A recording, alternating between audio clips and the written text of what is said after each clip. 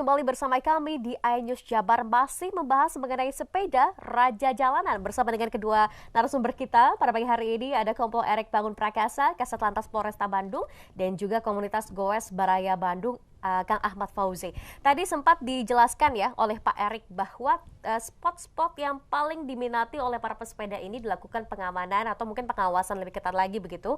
Dan juga ada tempat istirahat ya Pak ya disediakan, karena tadi mungkin sepeda yang saat ini jadi fenomena baru ini mungkin banyak yang orang-orang baru mencoba sebetulnya ya untuk bersepeda. Nah, Kang Ahmad Fauzi, boleh diceritakan, tadi Kang Ahmad katanya cerita bahwa Kang Ahmad dari rumah ya, dari Cibiru ke studio iNews naik sepeda. Naik sepeda, betul sekali. Berapa lama tadi Kang?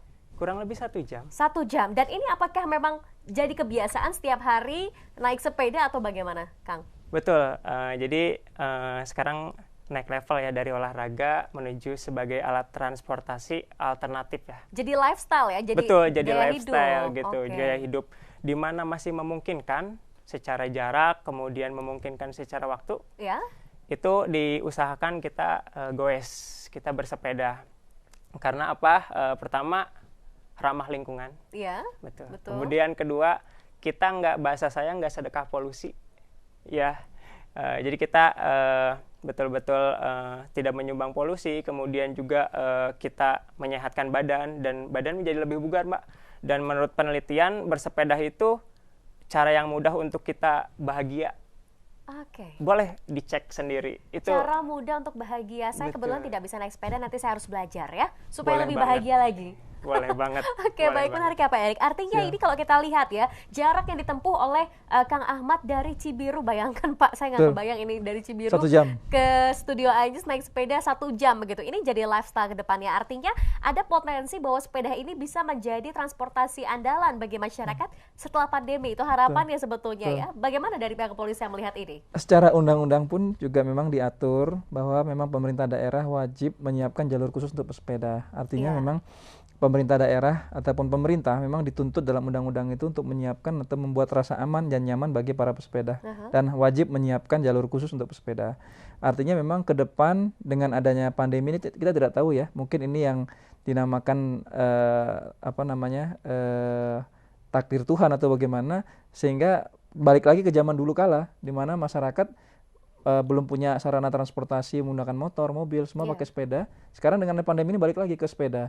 Dan mudah-mudahan ini banyak sekali manfaatnya disampaikan tadi dari komunitas, bahwa salah satunya adalah untuk kesehatan, mengurangi polusi dan sebagainya. Mungkin ini ke depan juga menjadi sarana transportasi yang digunakan oleh masyarakat dari rumah ke kantor maupun dari rumah ke tempat-tempat aktivitas lainnya. Oke, baik. Kang Ahmad, boleh diceritakan untuk bersepeda dalam masa pandemi COVID-19 ini pasti ada perbedaan yang cukup signifikan dengan sebelum pandemi begitu ya. Apa saja sebetulnya gear-gearnya gitu, atau mungkin perlengkapan yang harus dilakukan, disiapkan ketika ingin bersepeda di masa pandemi COVID-19 ini? Karena kalau kita lihat mungkin ada yang pakai masker, tapi sebetulnya ada mungkin perlengkapan lain yang harus disiapkan juga oleh masyarakat. Baik, betul sekali. Untuk kita yang namanya bersepeda ini perlu banyak perlengkapan ya. Jadi demi keselamatan kita sendiri, kemudian demi kenyamanan kita sendiri. Beruntungnya saya udah bergabung dengan komunitas Goes Baraya Bandung ini, jadi saya juga sudah lebih teredukasi apa sih sebetulnya yang dibutuhkan untuk keselamatan kita di jalan selama bersepeda. Yang pertama, alat keselamatan kita itu helm. Itu helm wajib ya? Helm itu wajib ya. Kemudian yang kedua, kita itu harus bawa tumbler. Botol minuman ya. Jadi kita nggak boleh dehidrasi di jalan. Oke. Kemudian yang ketiga, itu kita usahakan pakai sarung tangan. Sarung tangan juga penting. Betul, sarung tangan. Kemudian kita juga pakai sepatu. Nah, itu juga penting, pakai sepatu gitu. Kemudian boleh pakai buff gitu untuk menahan leher agar tidak terkena angin.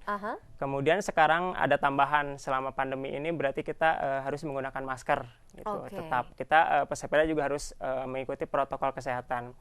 Cuma mungkin tantangannya sendiri untuk pesepeda, apalagi mungkin yang sebelumnya tidak terbiasa pakai masker kesehariannya, ini pasti ada ketidaknyamanan di awal gitu. Nah, untuk di sini memang harus dihadapi. Tetap harus ditaati protokol kesehatan gitu. Ya.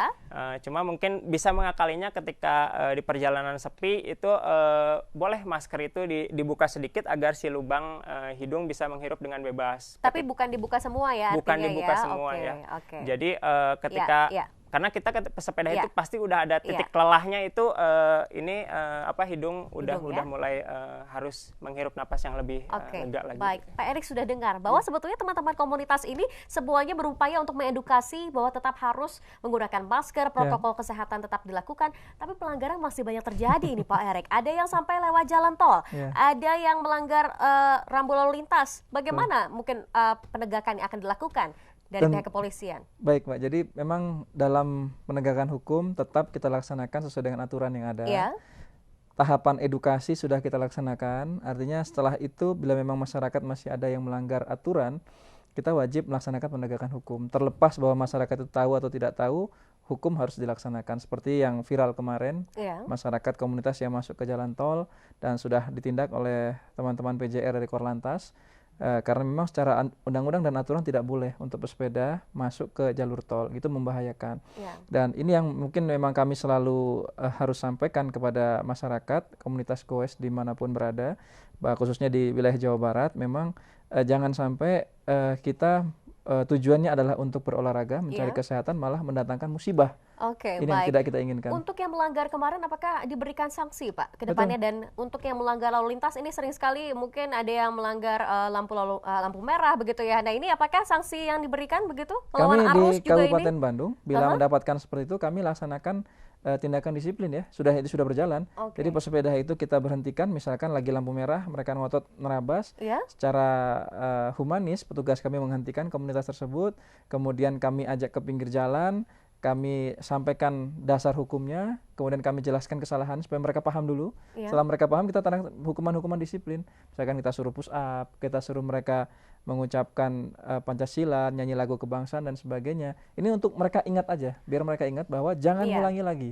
Jangan ngulangi lagi, ini berbahaya untuk keselamatan pengendara sepeda itu sendiri. Artinya ini kalau kita lihat mungkin banyak pesepeda yang merasa tidak punya SIM kan ya, begitu ya. Tapi ternyata bersepeda juga harus tetap taat dengan aturan yang ada. Kita masih akan terus membahas mengenai sepeda Raja Jalanan, tetap bersama kami di iNews Jabar. Dan untuk Anda yang mungkin pemirsa ingin berbincang terkait dengan bersepeda selama masa pandemi ini, Anda dapat menghubungi line interaktif di nomor telepon yang tertera di layar kaca Anda. Tetap bersama kami.